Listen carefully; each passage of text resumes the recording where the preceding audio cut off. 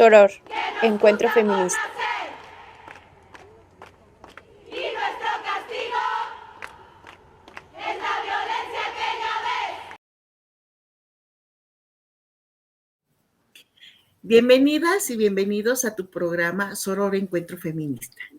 Este programa se transmite los jueves a las 7 de la noche y los domingos en su repetición a las 11 de la mañana por tu estación www.radiouta.com. Así también recuerda que los domingos a partir de las 11 de la mañana nos tienes en nuestro canal de YouTube, en el canal de Soror Encuentro Feminista, los domingos a las 11 de la mañana. Pues damos la bienvenida, muy calurosa, digo, hace falta porque hace bastante frío por aquí en la Ciudad de México.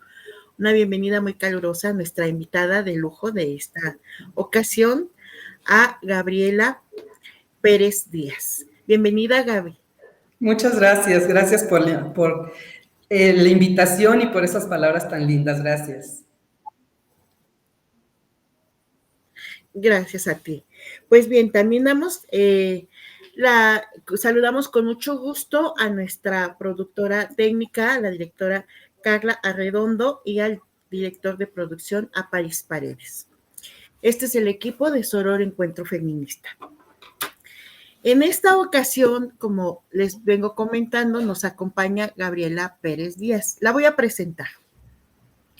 Gaby es licenciada en Psicología Clínica, egresada de la Facultad de Psicología de la Universidad Autónoma de Querétaro. Es maestrante en Psicología Clínica de la Facultad de Psicología de la Universidad Autónoma de Querétaro. Ella es diplomada como educadora y consejera en sexualidad humana por la Facultad de Filosofía de la Universidad Autónoma de Querétaro. A lo largo de su vida profesional, ha talleres y cursos relacionados con la sexualidad y la discapacidad. Destacó en el taller Sexualidad en la Discapacidad en el 2002, impartido por IMEXEX bajo el financiamiento de la Fundación MacArthur en la ciudad de Oaxaca, Oaxaca. Durante más de 10 años ha participado en la coordinación estatal de VIH-Sida con la propuesta Los Monólogos de la Vagina, como medio para educar en la prevención y el cuidado de la sexualidad femenina. Ha participado como actriz por varios años y como moderadora. Ella actualmente ya es jubilada tras 29 años de servicio en educación especial como psicóloga de apoyo en servicios de centros de atención múltiples de educación especial. Estos centros donde estudian los niños y las niñas con estas discapacidades. Qué interesante, nos tenés que platicar, Gaby. La mayor parte de este tiempo y hiciste 4 años en el programa de integración educativa, también en educación especial en la ciudad de Querétaro. Actualmente estás en la consulta privada y participas en talleres, pláticas y conferencias en escuelas de educación básica y en universidades. En el Facebook te podemos encontrar como Gabriela Pérez Díaz. Pues bien, Gaby, bienvenida, y este programa en el que hoy nos acompañas y participas desde tu expertise, le hemos titulado la sexualidad en las personas con discapacidad, los mitos y las realidades. Gaby, tú tienes una vasta experiencia. Nos, para entrar en materia, Gaby, ¿qué es la discapacidad? Bueno, me voy a permitir leer un pequeño párrafo que fue editado en un libro que sacó la Secretaría de Salud y el DIF en el 2000, y que ese libro lo conocí justo en ese taller que recibí en Oaxaca, y que me parece aún vigente esta parte. Hay muchas cosas que han cambiado, obviamente, desde entonces hasta ahora, pero que lo que sigue igual es en esta frase. Dice: la discapacidad es una condición que se caracteriza por la existencia de limitaciones para el desempeño de las actividades cotidianas resultantes de deficiencias físicas, sensoriales y o intelectuales. ¿A qué se refiere esto? que la discapacidad no es un todo, no es un total, es una condición en alguna parte de la vida de la persona, incluso puede ser en algún momento de su vida. Y bueno, para eso, pues la discapacidad sí tiene montonal de clasificaciones, pero las más importantes o las más relevantes, por así decirlo, son la discapacidad motriz, que se refiere al movimiento, la discapacidad visual, que pues, como lo dice el término, tiene que ver con la vista, la discapacidad auditiva y la discapacidad intelectual. Y de ahí se derivan muchas otras clasificaciones que, si me permites, puedo comentarles algunas, ¿sí? Sí, Por claro, ejemplo, por favor, sí. gracias. Por ejemplo, una de esas caracterizaciones, o más bien clasificación, es la discapacidad por su origen, que puede ser congénita o adquirida. ¿Qué quiere decir esto? Que la puede tener desde el momento de su nacimiento o la puede adquirir en algún momento de su vida. Incluso el envejecimiento llega a generar alguna discapacidad, que esto es algo que a veces no consideramos o no tomamos en cuenta. Otra puede ser por el compromiso orgánico, que como ya lo dije, puede ser física. Esto se refiere pues normalmente cuando pensamos en una discapacidad motriz, pensamos en alguien en silla de ruedas, en una persona amputada, generalmente. Sensorial, que eso tiene que ver con la pérdida de algún sentido, como es la discapacidad visual o auditiva, y que puede ser gradual, disminución o pérdida total. Y finalmente la intelectual, que a lo mejor a lo largo de esta charla que tengamos, pues me voy a referir mucho a la discapacidad intelectual porque es la más afectada en relación a la sexualidad y a la expresión y manifestación de su sexualidad. También aquí en esta clasificación intelectual entran la psicosis y las neurosis, que anteriormente no estaban consideradas como una discapacidad. Ya tiene algunos años que sí lo es. También otra clasificación es de acuerdo a su temporalidad o permanencia, si es transitoria o si es permanente o definitiva. Una clasificación más es por su extensión. Puede ser parcial, que quiere decir que hay una debilidad visual, por ejemplo, o una ceguera, si es una debilidad visual o una debilidad auditiva no total, o total, que son ciegos o sordos por completo. Otra clasificación es por el compromiso en el desempeño de las actividades. Por ejemplo, no pueden comunicarse o tienen dificultades para comunicarse, tienen dificultades para su aseo personal o en su conducta, incluso en sus relaciones. Una clasificación más es en el problema de origen, y esto está muy complejo porque puede ser una discapacidad primaria, que quiere decir, esta es a partir de una enfermedad o de nacimiento, y una discapacidad secundaria como secuela de esa discapacidad inicial. Por ejemplo, hay una parálisis física, una hemiparesia, que la mitad de su cuerpo no lo puede mover, y a consecuencia de eso, a lo mejor ya no va a poder caminar porque se le complica mantener el equilibrio. Ahí se presentaría una discapacidad secundaria agregada a la primaria. También, dependiendo la gravedad, es otra clasificación, que puede ser leve, moderada o grave. Hay un aspecto también que antes no se tomaba en cuenta, o sea, todas las personas tenían discapacidad y ahora ya también se ha diferenciado en discapacidad simple y discapacidad múltiple, que esto, por desgracia, es muy común en algunas personas que presentan algún síndrome, sobre todo porque como es un conjunto de características, pues así también su manifestación puede presentarse como una discapacidad intelectual, pero también una discapacidad física como una parálisis cerebral, incluso debilidad visual y bueno, todo un cuadro en personas con estas características.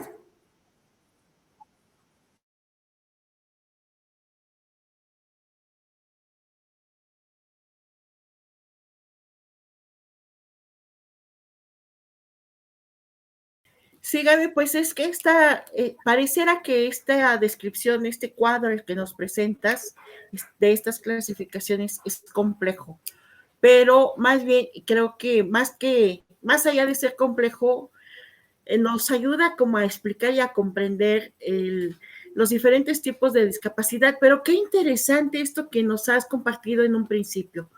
La discapacidad no es un todo, ¿no? Lo has dicho. ¿Cómo lo has señalado, Gaby? ¿Lo puedes repetir? Sí, la discapacidad es una condición, no es la vida, no es la persona, sino es una parte de ella que se presenta y que podemos vivir cualquier persona, tú, yo, en algún momento de nuestra vida, incluso si llegamos al envejecimiento, podemos llegar a sufrir alguna discapacidad. Así, en cuestiones de sexualidad, como te decía hace un momento, las personas con discapacidad intelectual son las que más dificultades tienen para poder expresar y vivir su sexualidad de una manera libre. ¿Por qué? Porque las vemos como un todo, como una discapacidad intelectual, es toda la persona con esa discapacidad. No es la persona que tiene una necesidad especial, sino es la persona discapacitada. Y que ese es un término, por desgracia, que se sigue utilizando y que a pesar de que hay tanta información y tanta concientización sobre el mismo, nos cuesta mucho trabajo entenderlo. Y hoy por hoy conocemos a más de alguien que tiene un familiar o conoces a alguien que tiene una discapacidad intelectual y aunque tiene 50, 60 años, la sigues viendo como la niña, el niño. A eso me refiero con una parte de él, nada más es quien tiene esa parte de discapacidad y no toda su vida o toda su persona. Sí. Fíjate que si yo pienso un poco que tiene que ver con la falta de información, pero tú lo has dicho, hay bastante información al respecto. ¿Qué pasa? En un principio, algunos autores en algunos otros temas hablan del no reconocer, de la imposibilidad de reconocer al otro, a la otra, a quien está enfrente. Pero también hay quienes hablan de ese temor a lo diferente, ¿no? ¿Qué nos pasa en el caso de la discapacidad, Gaby? ¿Es una u otra o ambas Yo creo que situaciones? es todo y más, porque ahí también viene agregada la culpa. Muchos padres y madres sienten culpa por haber tenido un hijo o hija con discapacidad y se abocan a tratar de suplir esa, esa carencia, eso que no es, ese deseo que no se realizó y lo transforman en sobreprotección o en abandono. Y ambos extremos pues son muy dañinos y peligrosos para las personas, y más para las personas con discapacidad. En el caso esto que da lugar al Down, al síndrome de Down, ¿se presentan discapacidades, Gaby? ¿Y cuáles son estas posibles discapacidades? Bueno, particularmente en el síndrome de Down, pues sí, pues es una variante en el cromosoma 21 y que genera el síndrome de Down, que es un conjunto de características físicas y que repercuten en características funcionales en la persona. Aquí en este caso, hay dos variantes que yo tenga presente en este momento en las personas con síndrome de Down, que es lo que es llamado como mosaico, un síndrome de Down mosaico, que sí está presente esta transmutación en el cromosoma, pero no está muy alterado, por así decirlo. Entonces es una persona que puede lograr muchas cosas, puede tener una comunicación verbal, su nivel intelectual es mínimo a leve, no hay muchas expresiones físicas que se manifiesten como las características del síndrome de Down, que en el que está bien establecido, pues hay dificultad, hay una lengua larga, por ejemplo, manos anchas, y algunas otras, ojos rasgados. En el mosaico no se da de esta manera, pero sí, sí está presente, nada más que en menor medida. Ajá. La discapacidad, ya estoy pensando en el tema de la discapacidad antes de que lleguemos al tema de la sexualidad, pero déjame preguntarte más. En la discapacidad, ¿las discapacidades pueden acortar la vida? Sí, por desgracia, aunque no como se pensaba. No sé si hoy se siga pensando y no, para allá nada, perdón, no se piensa lo mismo que antes. Anteriormente las personas con discapacidad eran como otra vez la culpa más presente, y entonces no salían estas personas, las tenían encerradas, las tenían sin convivencia. Entonces, por supuesto que ese aislamiento, pues además de la condición, generaba pues, probablemente depresión, angustia, dolor, y morían muy jóvenes. Una persona hoy en día con síndrome de Down o con una discapacidad intelectual sin otro compromiso puede tener un periodo de vida muy largo. ¿Sí? Las personas sordas, las personas ciegas o con debilidad en alguno de estos aspectos, las personas con discapacidad motriz pueden tener una vida muy prolongada.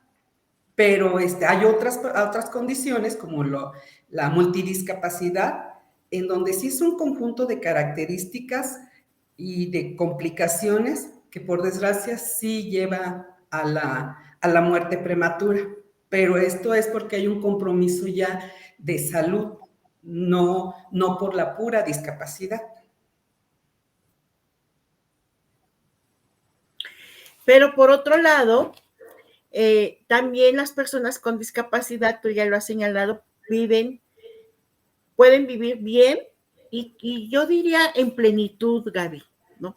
Desarrollarse en varios ámbitos de la vida, ¿no? En su profesión, estudiar, por ejemplo, tener la profesión, desarrollar la profesión, desarrollar sus gustos, ¿no? Sus gustos, no sé, hay quien le gustará jugar, patinar, pintar, leer en ciertas medidas, etcétera. Esto hoy me parece, Gaby, que es más posible. Tú has hablado aquí como de una línea del tiempo, ¿no? Un antes y un después. Y me parece que hoy es más, hay como más condiciones, igual más conocimiento, mayor apertura para que así sea, para que la persona que presenta discapacidad se desarrolle hacia la plenitud. Sí, por supuesto, definitivamente. Las mismas personas con discapacidad han hecho mucha labor para que sus derechos sean respetados y para que se den las oportunidades de acceso, de estudiar, todas las condiciones que a veces es solamente eso, una condición que necesitan para que puedan desarrollarse. Por ejemplo, si tú pones rampas, pero unas rampas funcionales, ¿verdad? No como nada más por cubrir la consigna. Si tú pones unas rampas funcionales, pues una persona en silla de ruedas puede llegar y moverse en cualquier espacio. Es lo único que necesita esa persona. Si tú pones, si tú tienes un material bibliográfico en sistema braille, pues ya la persona con debilidad visual va a poder tener acceso. Y así puedo poner varios ejemplos que a veces es nada más un pequeño cambio, un pequeño movimiento para generar todo un cambio en una vida de más de una persona, ¿sí? Porque se beneficia la persona con discapacidad, pero además se benefician quienes están a su alrededor, porque nos hacemos más conscientes de que hay otras personas que tienen necesidades distintas, pero que podemos hacer y convivir de la misma manera. Gaby, qué interesante esto que señalas. Las personas que tienen discapacidad han luchado y están luchando por el ejercicio de sus derechos, ¿no? Esto nos hace reconocer que hay organizaciones conformadas por personas con ciertas discapacidades. Platícanos un poco más de ello, Gaby. Sí, bueno, pues está ¿cómo se llama? La Convención de los Derechos de las Personas con Discapacidad, que esto fue en el 2006, y quienes más labor hicieron, por supuesto, pues son quienes más posibilidades tenían, que son personas en silla de ruedas, con discapacidad motriz, personas ciegas y que estuvieron, personas sordas y que estuvieron haciendo mucha labor para que se hicieran valer y respetar sus derechos.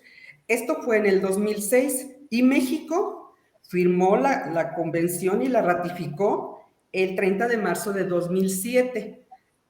Aquí se incluyen las personas con cualquier discapacidad y se reconocen los derechos que tienen estas personas en todos los sentidos, incluida su sexualidad. Y me parece que ha sido algo que ha abierto un panorama muchísimo más amplio y en el que se han logrado, a veces con éxito total y a veces con un éxito limitado, porque muchas veces las personas no tienen la convicción de esas necesidades, sino cumplen con las condiciones, porque la ley lo marca, pero no porque tengan la convicción de que eso es útil y bueno para los demás. Sí.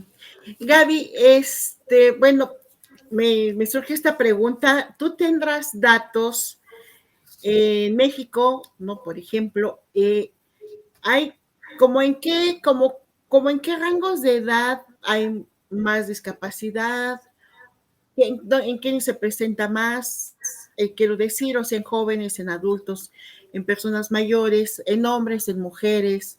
¿Tienes algún dato que nos haga dar algunos números?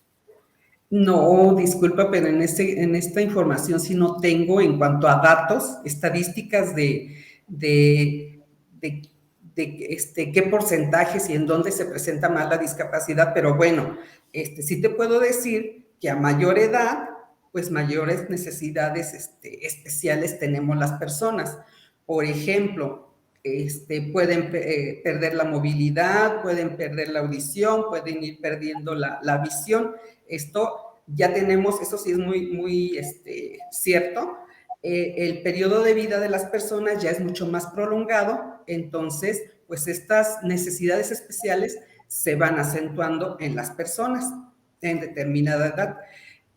También es como más común, pero no es un determinante, que se da más en niños que en niñas la discapacidad intelectual en particular. Pero bueno, no tengo la información tal cual como para darte esa referencia, disculpa. Ya tendremos alguna charla con esto. Y Gaby, fíjate que, bueno, no es el tema del programa, pero sí me gustaría que nos abundaras más, un poco más, sobre esta discapacidad adquirida, ¿no? Esta discapacidad adquirida, digo, yo sé que también se puede adquirir por accidente, algo así, pero bueno, esta discapacidad por la edad, por ¿qué hacer como para prevenirlo? ¿Qué hacer como para vivir mejor? Pues yo creo que mucha gente lo ha recomendado, la calidad de vida. Por desgracia, hoy en día, pues tenemos un factor en contra, que ya la alimentación, el aire que respiramos, ya no es algo tan natural ni tan, ya viene contaminado con diferentes cosas por debido a que somos tantos y entonces tienen que acelerar la producción y pues todo eso ya merma un poco nuestra calidad en lo que consumimos. Pero si tratamos de llevar una vida equilibrada, con una alimentación lo más natural posible, practicando ejercicio, desarrollando intereses, viviendo nuestra sexualidad con una mayor libertad y plenitud, pues seguramente vamos a ser personas adultos y adultas mayores con una calidad de vida mayor. Pero es un hecho que mientras más años vivamos, mayor deterioro vamos a tener también en nuestro cuerpo. Sí, bueno, la pregunta me surge porque, pues, pensando que todos y todas vamos para allá, más tarde que temprano. Sí. Fíjate que también me viene, estoy pensando en la política social de nuestro país en estos momentos, reconoce a las personas con discapacidad como personas del grupo vulnerable, ¿no? Pertenecientes a un grupo vulnerable. Por lo cual se supone reciben apoyos, tanto para su cotidianidad como apoyos para ciertas cuestiones en específico. ¿Tú cómo miras, Gaby? Si es suficiente, habrá que voltear a ver un poco más a fondo. ¿Cómo miras esta postura, la política social con respecto a la atención de las personas con discapacidad? Mira, ahorita me hiciste recordar a una señora de hace muchísimos años que conocí en una de las escuelas en las que estuve, que decía, por el simple hecho de tener una hija con discapacidad, ya merezco el apoyo. Y probablemente tiene razón, porque realmente una persona con discapacidad, cualquiera de las que mencioné, pues necesita apoyos adicionales, muchos, pero depende de cómo lo mire la propia familia, ni siquiera la persona con discapacidad, porque yo estoy pensando en un de recién nacido a una vida adulta, pero ahí es el apoyo de la familia, y la familia es quien ve esta necesidad o no, porque conocí a lo largo y conozco a lo largo de mi trayectoria muchas personas con escasos recursos que no, no están a la espera de que alguien haga por ellas o por ellos algo para sacar adelante a su hijo, a su hija. Y en cambio conocí a algunas otras personas que aún teniendo la posibilidad están esperando esa ayuda que se requiere para moverse. Entonces todo tiene que ver con la mirada que tengamos para apoyar y acompañar a nuestro hijo o hija con discapacidad. No hay más. Sí. Fíjate, ahorita que hablas de miradas, estoy pensando también en esto, en la interseccionalidad, ¿no? Cuando miramos con interseccionalidad, bajo una mirada de interseccionalidad de la situación, ¿cómo se vive? Ya lo has dicho un poco, pero ¿cómo se vive? ¿Cómo viven las personas con discapacidad, por ejemplo, en el ámbito rural? Oh, las personas con discapacidad en las comunidades, en los ranchos, así en las casitas, en el cerro, no tienen discapacidad. Cuando yo empecé en educación especial, empecé en una comunidad justo aquí de Querétaro y salíamos a las comunidades más pequeñas a buscar población. Y las personas nos decían, es que mi hijo con síndrome de Down no tiene discapacidad, yo me lo llevo a la milpa y trabaja igual, me lo llevo a cuidar a los animales y trabaja igual. Pues sí, nada más no me habla, a veces no me entiende, pero lo que necesito que haga lo hace. Y así es efectivamente, ¿sí? A veces es, como te dije hace un momento, solamente condiciones de acceso para poder dejar aflorar a esa persona con esa discapacidad en particular. Y sin embargo, ahorita recuerdo también a otra persona que tenía, que presenta, un joven de 20 años que presentaba epilepsia, crisis convulsivas, y que en la escuela donde estaba, su familia no lo dejaba ir a hacer prácticas a un hotel en el que teníamos convenio para que fuera a apoyar en la cocina. No lo dejaban porque decían, ¿y qué tal que convulsiona? ¿Qué va a pasar ahí? Cuando solamente era soltarlo porque el muchacho podía muy bien resolver, incluso tenía un par de segundos antes de que se presentara una crisis convulsiva, él tomaba conciencia de que se iba a presentar la crisis y solamente era decirle, cuando sientas que se va a presentar la crisis, siéntate en el piso, donde sea, y ya no te va a pasar nada. Solo fue eso. Se hizo labor, se convenció a la familia y el muchacho se fue a hacer sus prácticas sin ninguna complicación. Sí. Solo es la oportunidad.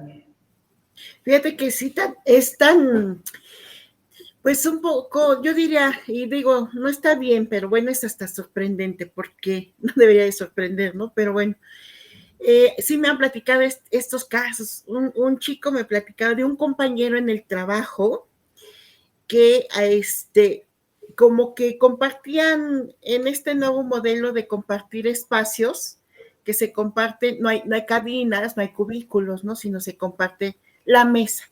Entonces, me decía, dice, ahora que ya nos hemos dado cuenta, yo lo observo y cuando noto que que presenta signos de ansiedad, nos acercamos a él, a alguien de los compañeros, platicamos, lo tranquilizamos y si vemos que ya viene el ataque, entonces que se quede sentadito, etcétera. Y es un chico el que me lo refería, es joven, digamos, el veintitantos, y el chico que padece ¿cómo se dice? Es de treinta y tantos, ¿no? Pero súper bien armonizados en el ámbito laboral, súper bien. Fíjate, Gaby, hay mucho que platicar. Se me hace que no te vamos a dejar ir de este programa. Pero quiero comentar un poco.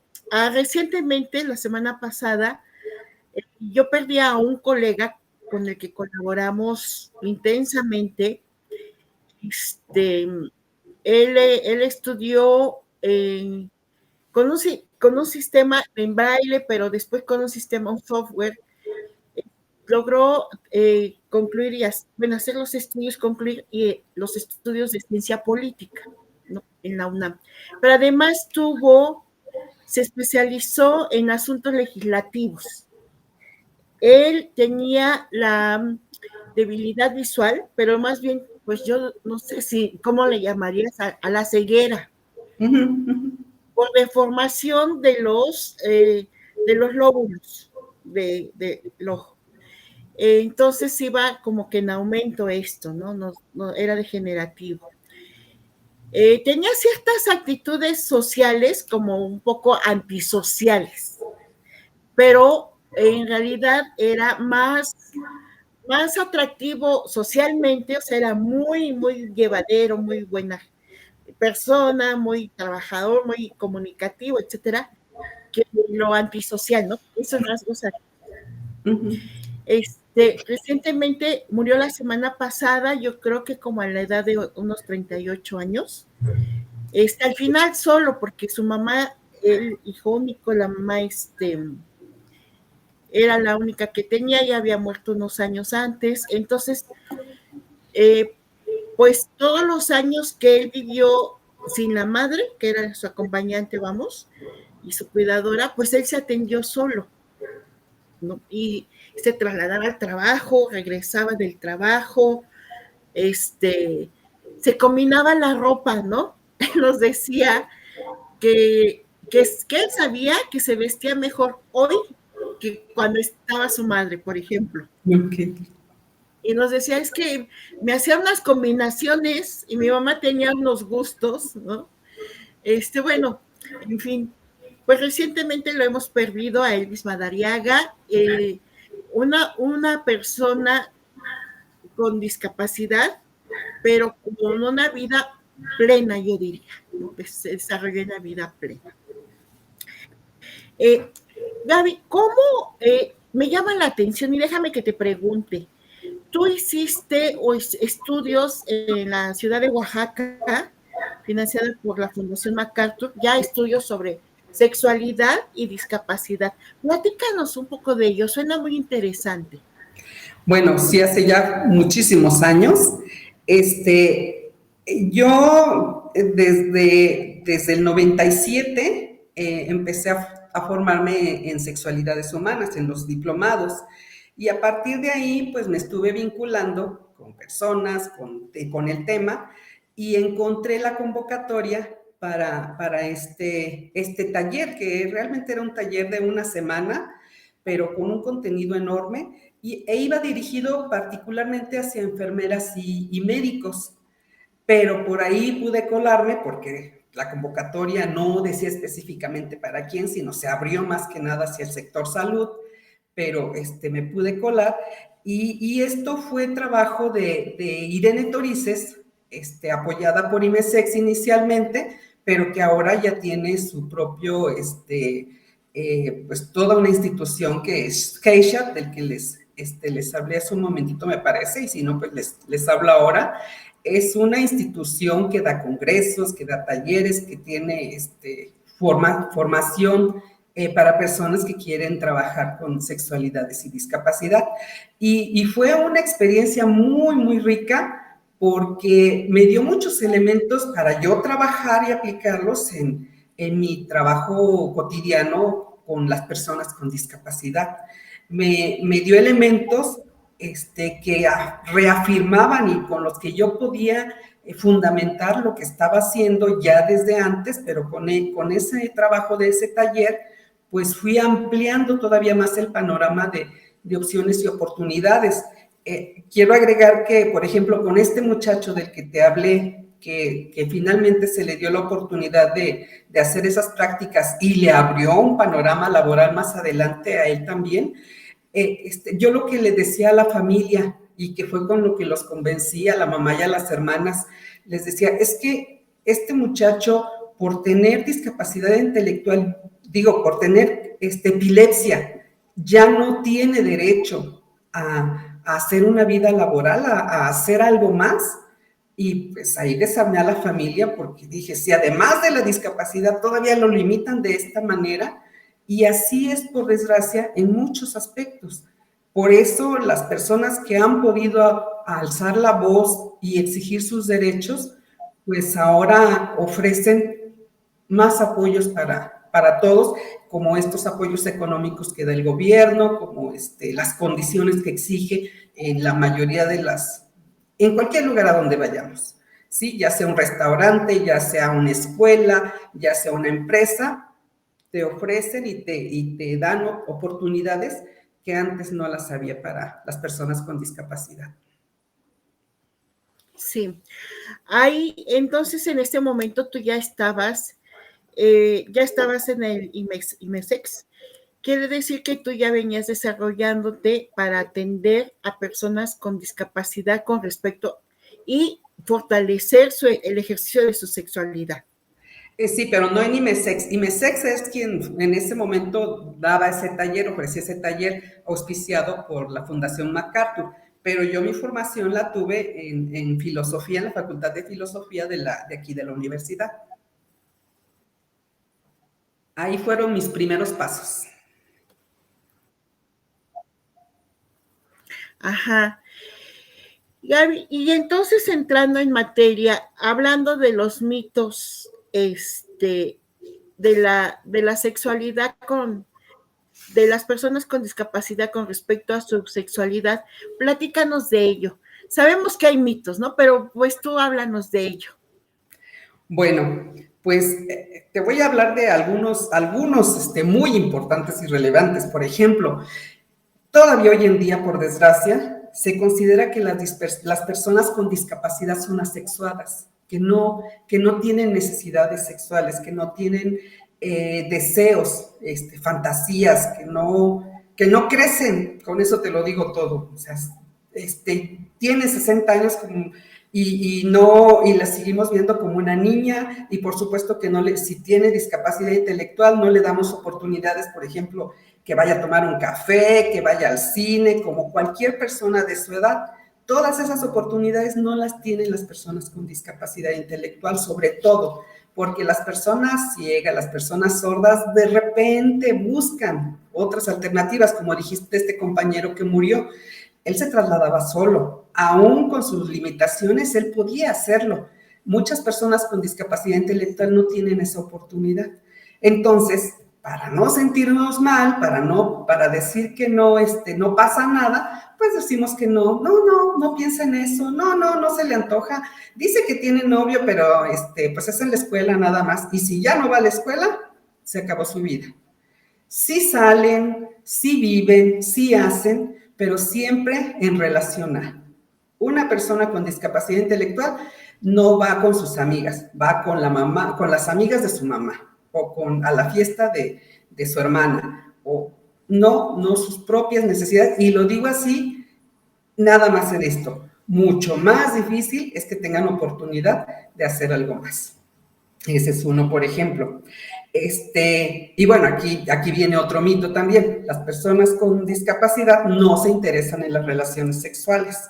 Es algo que también se cree mucho y que para nada es algo real. Cualquier persona que siente que vive, tiene necesidades, tiene deseos de relacionarse y de tener relaciones sexuales, propiamente hablándolos como la genitalidad, ¿sí? Pero sabemos que las relaciones sexuales son más que eso, como lo decía hace un momento. Entonces, es un mito, es una creencia que la usamos más que nada para no dar, o para no preocuparnos o angustiarnos, y no porque realmente exista.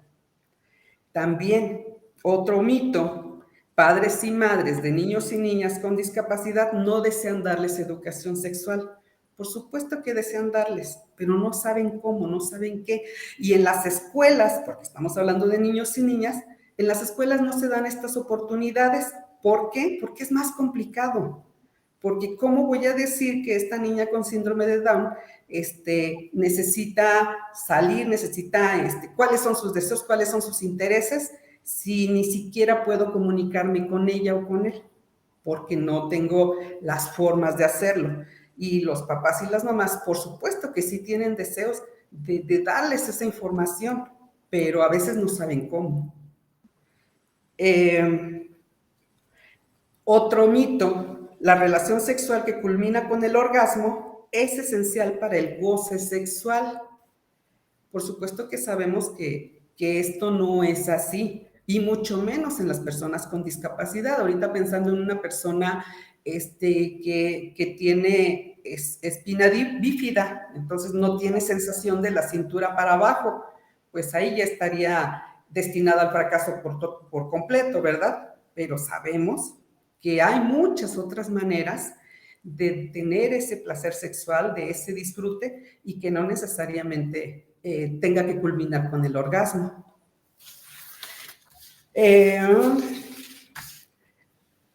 Algo que también, y que esto tiene mucho que ver con los juicios de valor, es que si una persona sin discapacidad se relaciona con una persona con discapacidad, es porque no puede atraer a personas sin discapacidad. Por supuesto que esto es totalmente falso, porque hay personas con alguna discapacidad que, como lo dije inicialmente, esa discapacidad es en una parte, en un pedacito a veces de su vida, y que esa persona puede ser una persona fantástica, maravillosa, como este amigo del que mencionaste, y que por supuesto que puede enamorar a cualquiera, pero a veces, si nos paramos nada más por un momento junto a esa persona, por ejemplo, tu amigo, y disculpa que lo utilice como ejemplo, que si es una persona ciega, pues por supuesto que está a la expectativa, porque a veces no sabe que ahí estás porque no te está viendo. Y las personas que podemos ver, a veces, como lo dijiste hace un momento, por ese temor a la diferencia, por ese temor a que no sé qué hacer, pues mejor no digo nada para que ni siquiera sepa que aquí estoy. Y entonces pareciera que esa persona, que tu amigo, pues es antisocial, que no se relaciona, pero es porque no tiene la oportunidad hasta que no yo, que estoy llegando y lo estoy viendo, me puedo acercar o no a él. Entonces ya desde ahí estoy yo poniendo esa barrera, a veces por ignorancia, a veces por miedo, por desconocimiento o por temor a regarla, pero ahí está la barrera y soy yo la que la estoy poniendo, y así, con toda facilidad, estoy limitando una oportunidad. En las personas con discapacidad intelectual se encuentran exacerbados los impulsos sexuales. Esto se decía y era súper común hace tal vez todavía 10 años. Hoy en día se sigue presentando Sí. en las escuelas y en algunos lugares, por supuesto, pero no tiene nada que ver con la exacerbación de los impulsos sexuales. Es total y completamente educación. Que yo a esa personita con discapacidad intelectual, sobre todo, no le estoy marcando límites. Estoy recordando que yo antes de trabajar en educación especial y cuando empecé a trabajar en educación especial, yo me maravillaba con esa libertad que veía en esos niños, en esas niñas, de que no les daba pena que les vieran los calzones, de que de repente te veían y te abrazaban, y sentía que eran personas muy libres, y yo me maravillaba con verlas así, con esa libertad, que expresaban sus deseos y sus intereses sexuales, pero no genitales, que esto es algo que a veces nos confunde mucho. Y cuando esa personita se me acercaba, bueno, pues si era un niño de 2 años, pues, uy, qué ternura, si era de 5, maravilloso, pero de repente de 7, de 10 años ya como que me empezaba a incomodar. De 15 años haciendo eso que hacía de 2, imagínate, ¿sí? Entonces, pues por supuesto que si tú no les pones un límite, pues van a seguir haciéndolo. Y a veces mamá, papá, las hermanas, pues lo permiten por esa culpa, por ese no complicarme, pero es mera educación, solo eso. No es verdad que sea porque no tienen controlado o control de sus impulsos sexuales, sino es porque no saben que es algo que la sociedad no lo permite y que necesitan respetar. Nada más. Sí. Fíjate que sí, yo recuerdo bien esto de hace muchos años que sí que yo escuchaba así, ¿no? O sea, son las personas con discapacidad intelectual son pervertidas, Ujú, ¿no? ujú. En esos sentidos se expresaban.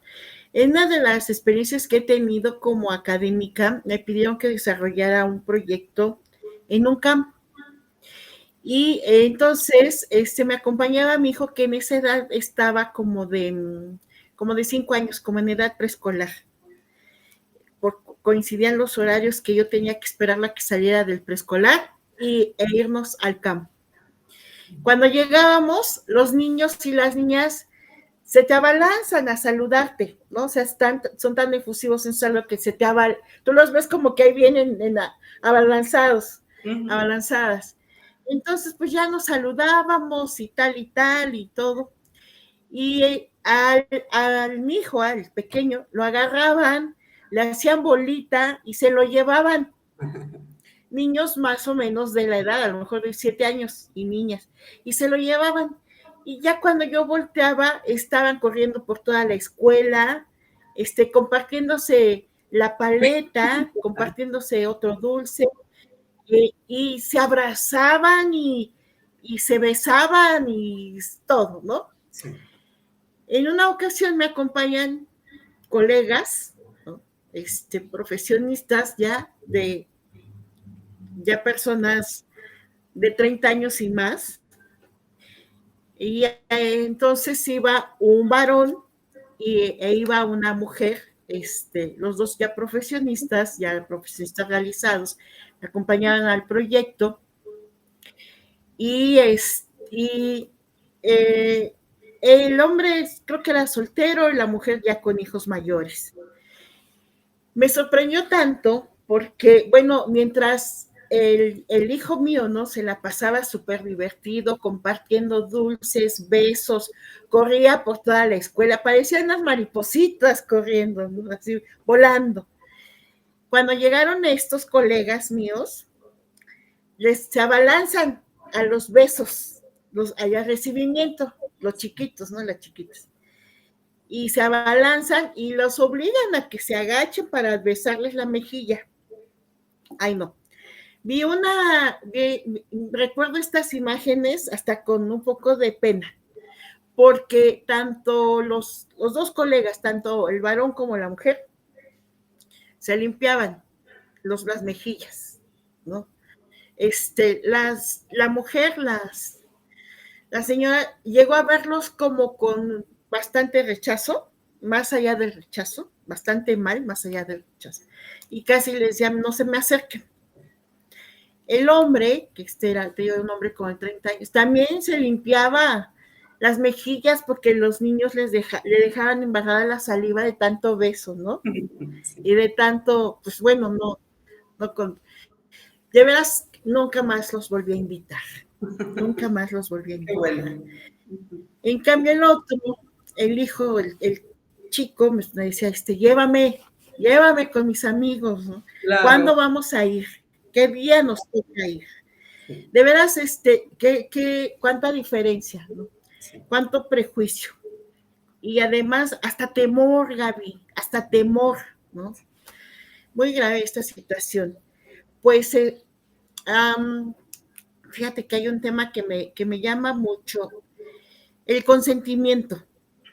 Para establecer una relación en cualquier término, pues todos o el conjunto de la sociedad, pues hablamos del consentimiento, ¿no? O sea, de decir sí o decir no, de aceptar o no.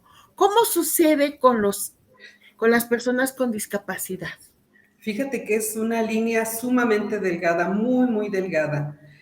Pensando, por ejemplo, en personas con discapacidad motriz, con parálisis cerebral, que tienen, muchos de ellos, no hay un compromiso mental, no hay una discapacidad intelectual, pero sí de comunicación, pero sí de movimiento. Por ejemplo, son personas que van a terapia física toda su vida, en donde el fisioterapeuta o la fisioterapeuta pues manipula su cuerpo y muchas veces sin ese consentimiento, que a veces con un parpadeo de ojos ya está la autorización, ya está el consentimiento y que muchas veces no lo tomamos en cuenta porque los vemos como objetos, ¿sí? También desde la misma familia, pensando en una chica que era súper común en las mujeres con discapacidad intelectual, que empezaban a menstruar y de inmediato las operaban para no tener hijos. ¿Por qué? Muchas mamás decían, no, es que qué tal que la embarazan, la violan y la embarazan. Y todo lo que implica eso, o sea, yo estoy preparando a mi hija para que sea violada y lo que me preocupa es que no la embaracen. Ya si la violan no me importa. Eso nunca lo pensaron, porque sí piensan, es que qué tal que la violan y la embarazan. Para mí eran casos gravísimos eso, y por desgracia los viví muy de cerca y era algo terrible. Por fortuna hoy en día sigue dándose, pero les digo, mínimo que lo sepan. Mínimo díganles, porque a veces lo que les decían es que las operaron de las anginas. O sea, las anestesiaron y las operaron de las anginas y salen del hospital pensando que las operaron de las anginas, sin tomar en cuenta su deseo de ser madre, sin tomar en cuenta todo lo que podría repercutir en su cuerpo, simplemente con eso. Entonces, era para mí algo sumamente violento. Hoy en día yo les pedía a las mamás, por lo menos, si ya tomaron esa decisión y es su hija y ustedes tienen ese derecho de decidir por ellas, pues por lo menos infórmenles, que sepan lo que les van a hacer y no con mentiras. También en chicas que tienen Sí, otra vez parálisis cerebral, sí, por supuesto, no pueden moverse, no pueden atender un hijo, de acuerdo. A veces no pueden ni cambiarse la toalla sanitaria, de acuerdo, pero otra vez, infórmenles, díganles que lo van a hacer y díganles el por qué, mínimo. Gaby, nos tienes que acompañar en otro programa porque este tema es extenso, diría yo poco conocido, ¿no? Te pediríamos que nos acompañes pronto. Ay, muchísimas Por gracias. ahora por ahora se nos acerca el final. Algo con lo que tú quieras cerrar esta primera intervención, porque en serio, Gaby, que te esperamos pronto por acá. algo que tú nos quieras recomendar al conjunto de la sociedad, Bueno, que pues nos quieras decir en este lo momento. que me gustaría decirles es que a las personas con discapacidad, cualquier discapacidad, le den la oportunidad. Le den la oportunidad de hacer, de ser y de conocer. Creo que con esto yo sería feliz. Muchas gracias, Gaby. Pues qué fuerte esto que nos has descrito al final, tanta violencia. Pero sí, démonos todos y todas esta oportunidad. Pues te esperamos muy pronto por acá, Gaby. Este es tu programa, este es tu tema, ¿no? Tu expertise, así que, pues muchas gracias por compartirla con nuestro público. Por lo pronto nos despedimos de nuestra producción, de Carla Redondo, de París Paredes, en la voz se despide Toica. Despedimos con mucho gusto y con mucho agradecimiento a Gabriela Pérez Díaz, psicóloga y especialista en sexualidad y discapacidad. Gaby, te esperamos pronto. Gracias, muchas gracias por la invitación y la oportunidad, gracias. No olviden de escucharnos en esta tu estación www.radiouta.com los jueves a las 7 de la noche y en repetición los domingos a las 11 de la mañana. Recuerden también que a partir de las 11 de la mañana de los domingos pueden mirarnos en nuestro canal de YouTube, en Soror Encuentro Feminista. Pues ha sido un gusto tenerte, es un gusto estar con ustedes, público, y hasta pronto.